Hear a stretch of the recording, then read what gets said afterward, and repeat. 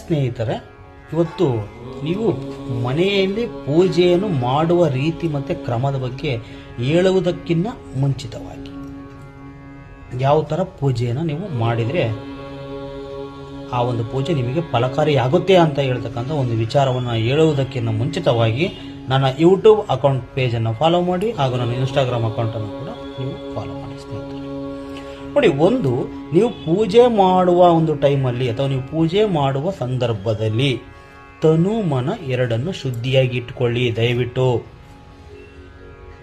ಇಲ್ಲಾಂದ್ರೆ ನೀವು ಆ ಥರ ತನು ಮನ ಶುದ್ಧಿಯನ್ನು ನೀವು ಪೂಜೆ ಮಾಡೋ ಟೈಮಲ್ಲಿ ಇಟ್ಕೊಂಡಿಲ್ಲ ಅಂದರೆ ಆ ಒಂದು ಪೂಜೆ ಫಲಕಾರಿ ಆಗಲ್ಲ ಸ್ನೇಹಿತರೆ, ನೆನಪಿನಲ್ಲಿ ಇರಲಿ.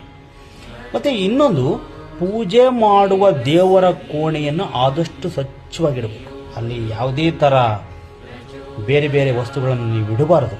ಅವಶ್ಯಕತೆ ಏನಿರುತ್ತೋ ಅದು ಮಾತ್ರ ಪೂಜೆಯ ದೇವರ ಫೋಟೋಗಳ ಮುಂದೆ ಅವಶ್ಯಕತೆಯಾಗಿ ನೀವು ಇಡಬೇಕಾಗುತ್ತೆ.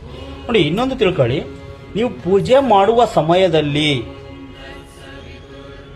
ನಿಮ್ಮ ಒಂದು ಬಾಡಿ ಭೂಮಿಗೆ ಸ್ಪರ್ಶ ಆಗಬಾರ್ದು. ಆ ಥರ ನೀವು ಪೂಜೆಯನ್ನು ಮಾಡಬೇಕು. ಯಾವ ಥರ ಅಂದರೆ ಒಂದು ಹಲಿಗೆ ಮೇಲೆ ಕೂತ್ಕೊಂಡು ಪೂಜೆಯನ್ನು ಕೂಡ ಮಾಡುವ ರೀತಿ. ಇನ್ನೊಂದು, ಒಂದು ಬಟ್ಟೆಯನ್ನು ಹಾಕಿಬಿಟ್ಟು ಆ ಬಟ್ಟೆ ಮೇಲೆ ಕೂತ್ಕೊಂಡು ನೀವು ಪೂಜೆ ಮಾಡತಕ್ಕಂಥ ಹಿಂದೂ ಸಂಪ್ರದಾಯ ಪ್ರಕಾರ ಇದು ಭಾಳ ಹಿತಕರವಾಗಿರ್ತಕ್ಕಂಥದ್ದು.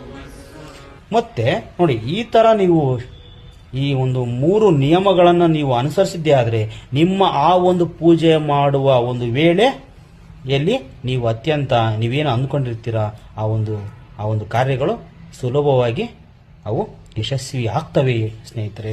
ಈ ವಿಡಿಯೋವನ್ನು ಶೇರ್ ಮಾಡಿ, ಫ್ರೆಂಡ್ಸಿಗೆಲ್ಲ ಟ್ಯಾಗ್ ಮಾಡಿ. ಓಕೆ, ನಮಸ್ಕಾರ ಸ್ನೇಹಿತರೆ.